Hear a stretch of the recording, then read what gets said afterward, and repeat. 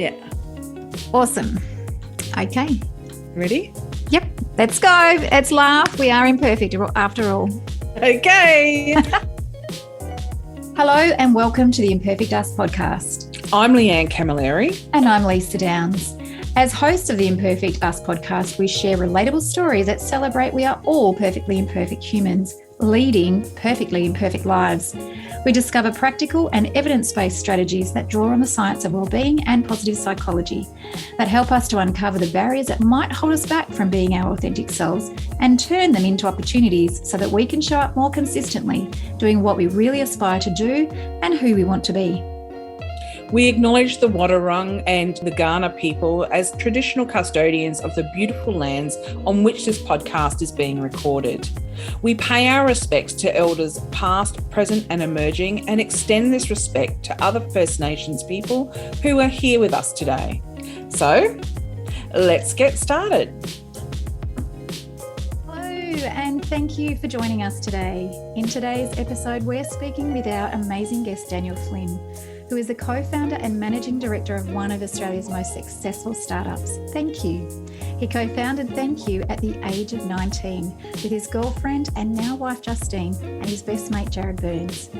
Today, 12 years later, Thank You's products are stocked in major retailers in Australia and every product contributing to helping end global poverty. Their success happened by asking one simple question. What if purchasing everyday items like bottled water could possibly provide life-changing solutions to millions of people in poverty? And to date, Thank You has raised over $17 million to impact the lives of people across 22 countries. Daniel is one of the most determined and resourceful entrepreneurs in Australia. In our eyes, he is an extraordinary human whose ambition is to shift the power of traditional business models and operations towards being a more human-centred organisation that is making a massive difference in the world for others. He is an author with an amazing story behind that, which hopefully he'll share with us today. And he has had so many achievements as an entrepreneur. He has won amazing awards such as the JCI's 10 Outstanding Young People in the World and an Entrepreneur of the Year in the Southern region and Forbes Australia 30 Under 30. While he continues to lead Thank You as a managing director, Daniel's goal is to inspire others to make their own big, bold dreams a reality. And he believes that every person can do something extraordinary to make a remarkable impact in the world. What you will hear today is how Daniel uses his strengths of optimism and hope that help drive his motivation and purpose in life. Well, Leanne, this one's going to be an exciting one. Well, hello and welcome, Daniel. It is such a pleasure for us to be speaking with you today about your amazing adventures in Thank You and how it has been so magnificent in trying to eradicate poverty for real people who really deserve those basic human rights of safe water, for example, education, lots of love and for health. So welcome. Thank you so much. Great to be with you guys.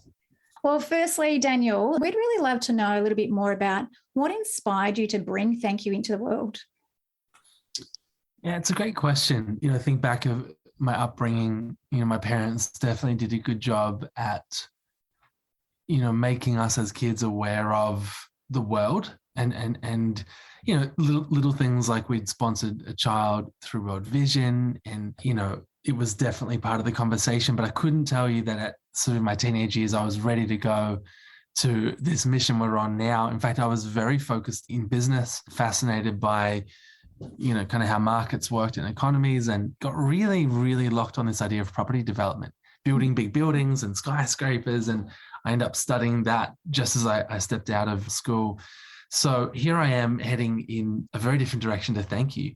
But here's where it gets interesting. I think the exposure to books about money, different mentors and different people, I didn't know everything there is to know about money, but I certainly knew there's a lot of it. And that was really confronting when I found myself one day online doing some research and I came across some statistics that said 4,500 children die every day from waterborne disease.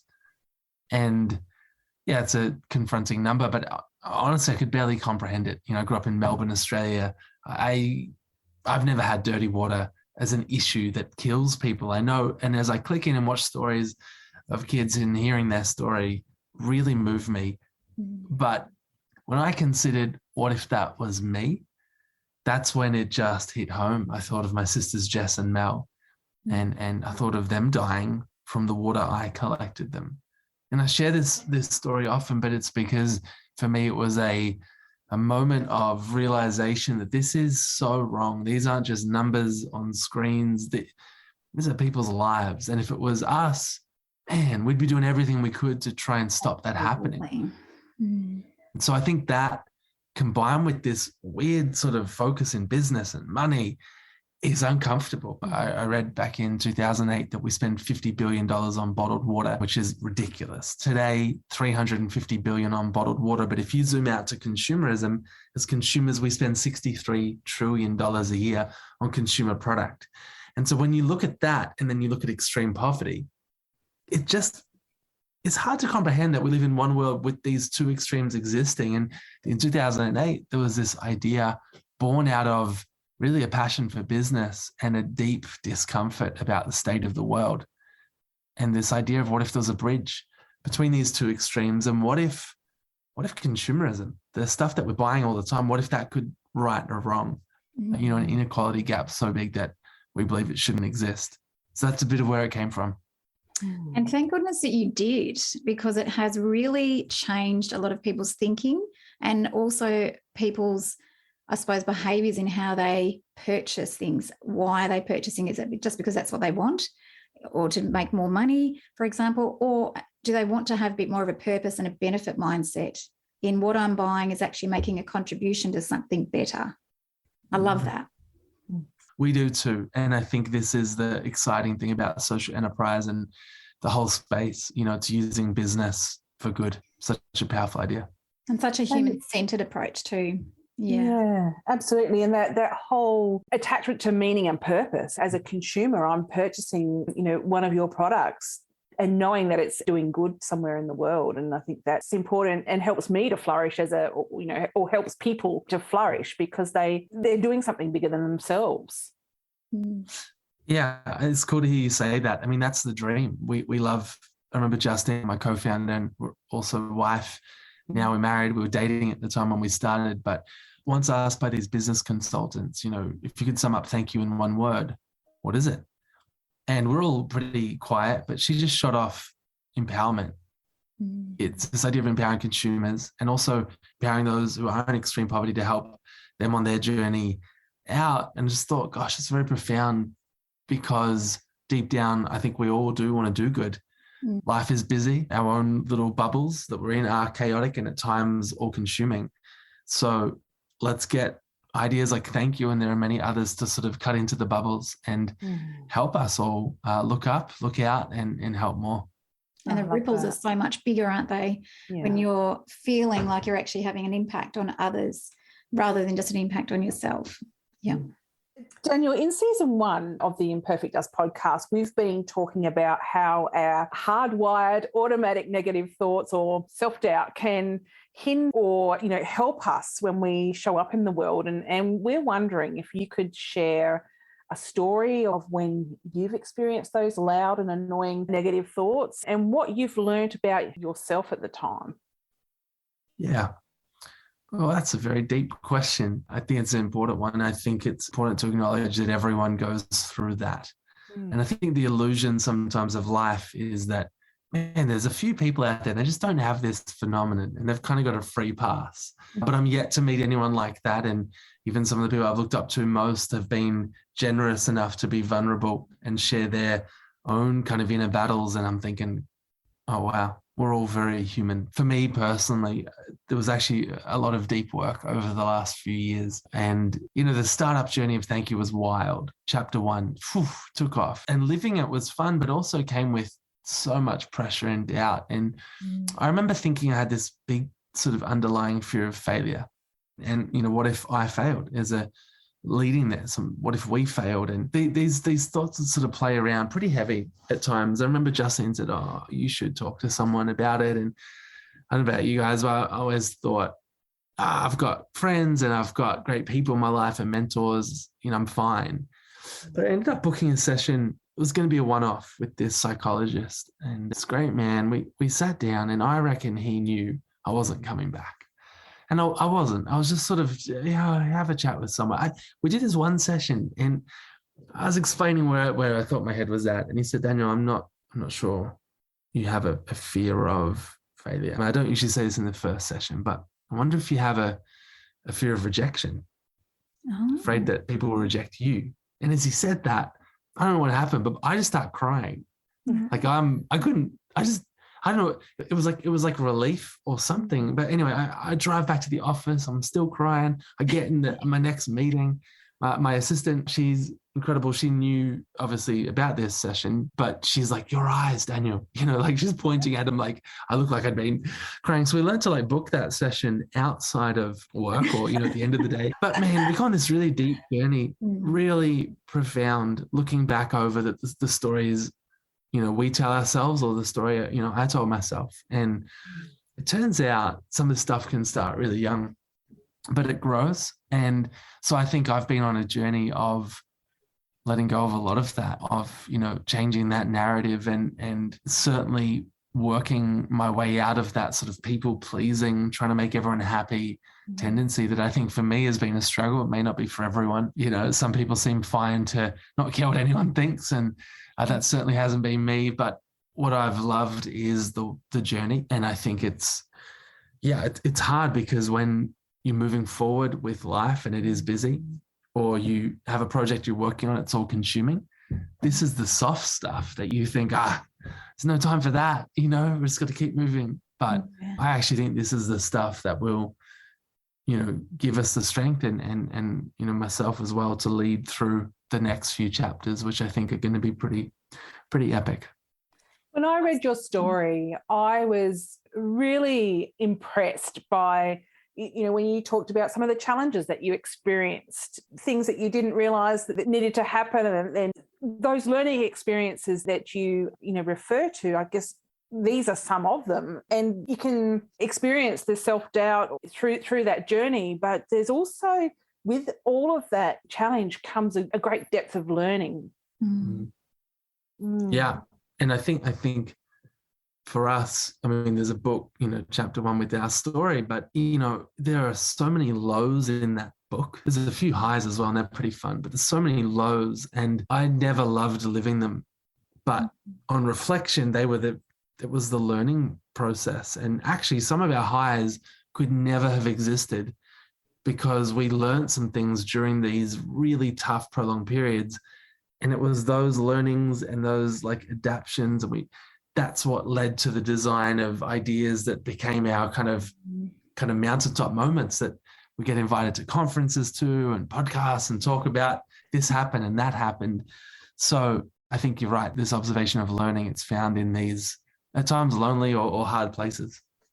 When I was reading it, they were hard, but I remembered actually feeling like I was learning with you along the way, reading the book and knowing and thinking, gosh, they're the feelings that I have in a different way, but look at what they're doing to get over those barriers, and that hope that you guys had because you had that why and that purpose, that it kept elevating you to find the pathways forward. That was fantastic.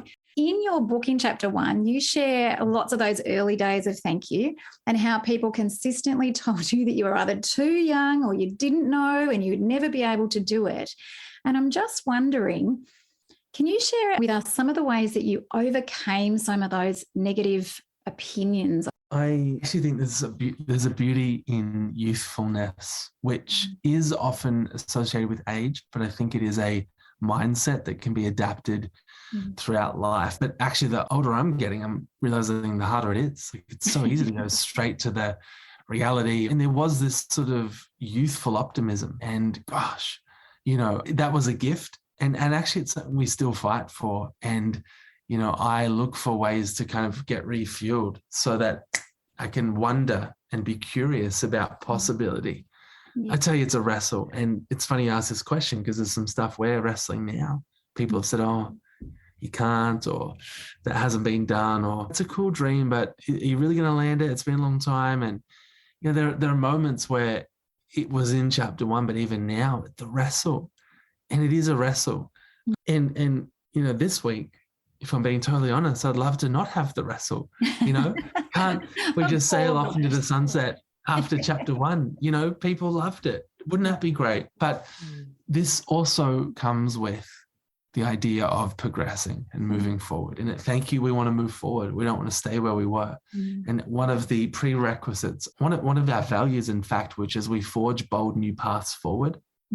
It means that to do that is to pioneer, which means to think outside the box, to be willing to be wrong, to be willing to put yourself out there and get a no and another no and another no.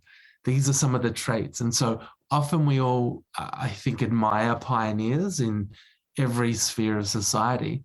And it's in part because of the grueling process of pioneering. It is grueling. The other side of it, there's great reward, not just for an individual, but usually for society. There's great vulnerability required there, isn't there? And, to step into that growth mindset, to explore what might be possible and to have that bravery, I guess, to navigate those new pathways, and it can be uncomfortable and it doesn't particularly always feel nice being a pioneer either. But the things that you learn along the way, the gifts that come from that, there's a lot in that, isn't there?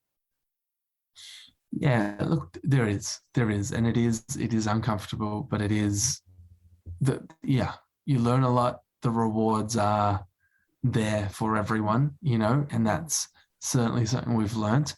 And, it is an exciting journey to pioneer and to be part of that. So, you've got me on a week where it's easy to be heavy on this stuff, but the truth is when you zoom out, it's an adventure. And, I think to be human is to push the boundaries on the way things were and to dream and to chase those dreams. And to keep growing. I think also, you're probably underselling yourself a little bit.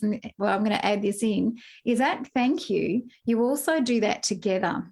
So there's an others focus always. And I know that, your team is so collective in their decision-making. So you've got that ability to play with those ideas and have those appreciative thinking processes. Leanne and I both trained in appreciative inquiry, and it's the best thing. It's like a little bit of design thinking, and it's just fantastic. It just challenges you to not just be on your own when you're creating those new ideas, but really generating the what ifs and your questions you have in your book, the what if, but what if it actually did work? When you're saying, oh, it won't work, well, why not? What if it did? What could be the possibilities? So it's that possibilities thinking. Daniel, with all the setbacks, or as you say, full lessons, the Thank You team continued to set out to chase your dreams, to eradicate poverty. You believe the only thing that truly kept you going was your connection to your why. And we were wondering if you could share with us how your why keeps you motivated and how you bounce back when failure plays a part in your journey. Yeah, look, I think this concept of why and purpose and for those that haven't, I would highly recommend Simon Sinek's work, dive deep into it, from TED Talks to his book, Start With Why. And I think we are all looking for that purpose as individuals and humans, but why is a simple word. There's a lot of depth to that. I look at why do we do what we do and why do I do it? And it's found in a few things. And all weighted differently, maybe at different times. But one of that is mission. The mission we're on, it's for people. It's beyond just us. And it's this idea of light into darkness, righting a wrong. That drives me. But also vision, like the vision of this is sort of a picture I see of what Thank You could be and maybe what I think it should be. Although sometimes you got to tweak the picture. But that is hard to walk away from when I look at the world now and think, well, if we stop, that never becomes reality. And maybe someone else in some other way can do it, and that'd be cool. But I really get that sense of like it's a vision and a mission that drives. And then I think each of our whys can come from really deep places. And I think it's really important for individuals and all of us to think about this. Someone was asking me, like, well, how do you discover why and what drives you? And I wonder if there's a bit of a hack where you could reflect on your life and think about the moments that either move you or bring that sense of almost like justice, or, you know, like that kind of anger, but the good anger, the justice, the things that bring emotion and move you. And for many people, this will take you on a journey of your worldview.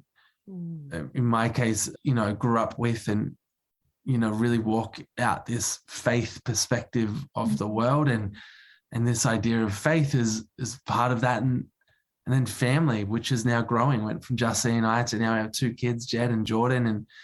And it's like my why, my purpose is growing. And I went for a walk up a mountain with Jed when he was on school holidays, and I was doing a bit of dreaming for thank you, and took my notepad, and he took his, and he had all these ideas for thank you. And oh man, I got home, Justine's like, I think he's onto it. I'm like, I think he is onto it.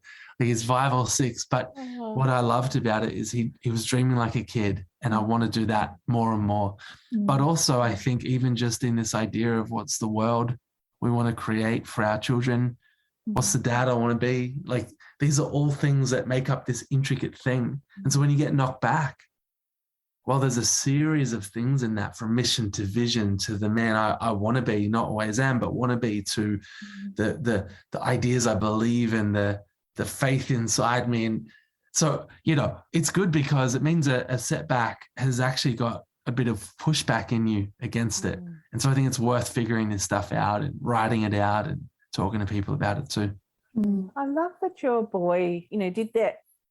You did that together, and there's so much learning in that. You know, the innocent young mind that can be so creative can teach us.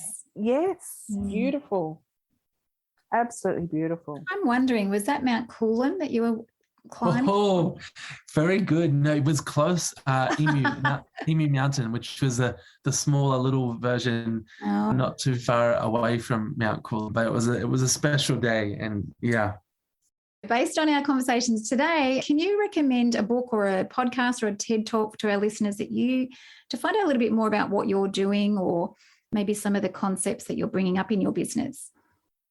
Oh, great question. There is a book that has been very foundational to us. Just a couple of quick call outs. It's called Do Purpose: Why Brands That Do Good Matter More. A really easy book to read if you're not a big reader as well. It's a lot of images, and it didn't take long to read, but it's actually taken over a whole lifetime so far just to digest some of the huge ideas in it. Nice. So I found that really helpful. And I would say a lot of that shaped our thinking. Thank you. There's another book called Tribes by Seth Godin. Incredible. Anyone building anything that involves other people, which is most of us, you know, it's sort of a marketing book, kind of a leadership book. The combination has really shaped us. And another one of his books, Purple Cow, was very formative in terms of work we've put out. Look, there is always podcasts, and people do tell me, oh, it keeps evolving. The story keeps going. And so I think we just naturally share more and more, you know, as interviews happen. And if you follow us online, website, etc., you know, things pop up. But, you know, we're putting some hard work into the future, and there will be some content in the future that will be available that, you know, hopefully, you know, takes you much deeper than chapter 1. In fact, I personally feel the book chapter 2 is the book I never thought we'd write. And it's probably deeper than anything I thought would come from Thank You, and certainly that I'd be involved in. But yeah, I wonder if it's our most important book, or certainly to date. And I hope it helps others, but it's still some time off. So I'm sorry to hype it up, but it'll in time it will come.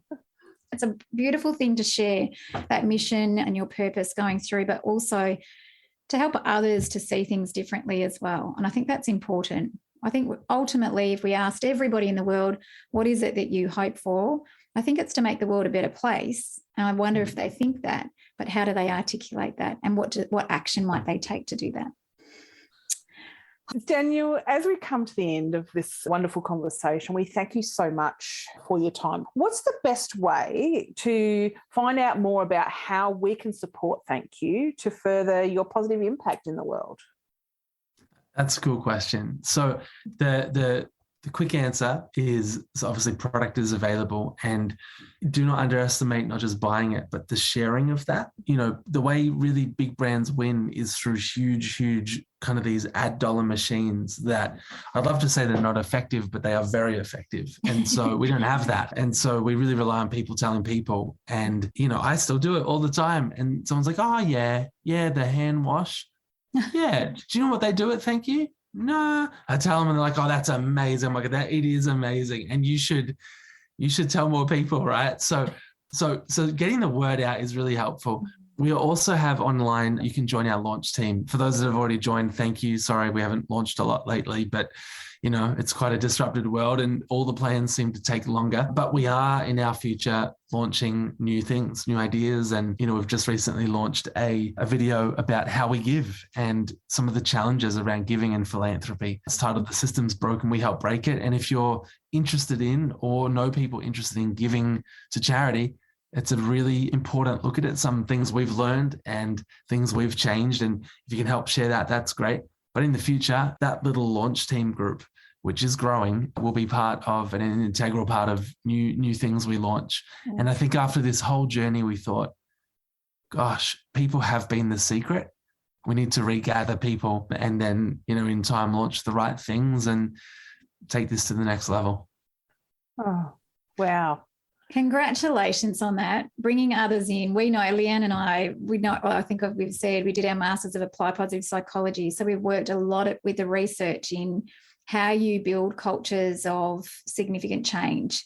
And by bringing people in, really does. You have more voices and more ideas and more innovation. So cannot wait to find out your next steps and next chapter as we go forward. Thank you so much for speaking with us today, Daniel, and please pass on to your team both of our gratitude for the things that you're doing and the hard work from the beginning, but also the fruits that have come from that. And the inspiration that you've had on others is probably so much greater than you realise. And so just being two people as part of that, those people that have been inspired and changed from what you're doing, a massive thank you and appreciation. Very encouraging, guys. Thank you. You are welcome. Thank you. Okay, I'm not going to sigh again because I always go, but I Me too. I know, but I absolutely am so inspired. I always was inspired by, thank you, the group and what they've been doing. But just to speak to Daniel and about the humbleness that he has in him about the work that they do just makes me want to continue thinking differently, asking those questions, what if, and actually taking a little bit more action in what I do. Yeah, and I like that, you know, I guess traditionally we've been speaking to people in the field of the science that we play in, but it's really nice to look at it from a different perspective and see how things play out and how people manage that. And then thinking about, oh, yes, well, there's meaning and purpose right there. There's growth mindset right there, you know. Hope theory and designing your goals forward, your vision, trying to work out the pathways forward, how to overcome barriers. So much in there. But what an inspirational journey they have had. Yeah. And the impact that they've had on the world, I think that's going to stand with me for probably my whole life, I think. That real purpose that they're making a difference for other people, but they're challenging systems that we have now that actually don't work well. But they also work well to make other people rich, but they forget about that. How do I describe it? I'm showing you with my hands. I'm trying to say words. People who are really not flourishing in the world and those who are flourishing in many other ways. The diversity is too big. It needs to...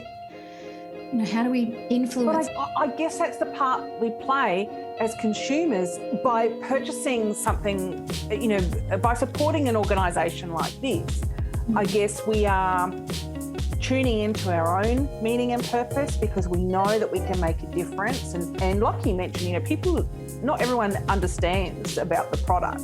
You know, it took me a while to understand until I read the book, actually, which it was some time ago now, but when I read the book and learned about the numbers on the side of the bottles and the difference that bottle of product might be making somewhere in the world, I think that's pretty cool. And so, you know, when we think about wanting to play a bigger part in the world and influencing other people's well-being, there's different ways we can do that, and this is one of them. And a choice that we have. And I think that's one of the big standouts for me when I understood what Thank You was all about, and I really researched a whole lot into it. What I noticed is not only did they want to make a difference in the world, but they brought other people on board. And it's changed my mindset many times, where when I go to buy something, I consider whether is that going to be of benefit for somebody else. So I have much more of that benefit mindset that Ash Buchanan was talking about. When we have choices, what benefits do we have? So if I do it this way, does it benefit others, or is it only benefiting myself? You can choose. Yep, sure, today I might have something for me, but you know what? I really want to purchase this part because I know I'm influencing others. And I think that's the change in our world. And thank you for listening to the Imperfect Us podcast. As always, we are extremely grateful to our executive producer, Brenton Ainsworth, for helping us to put this episode together.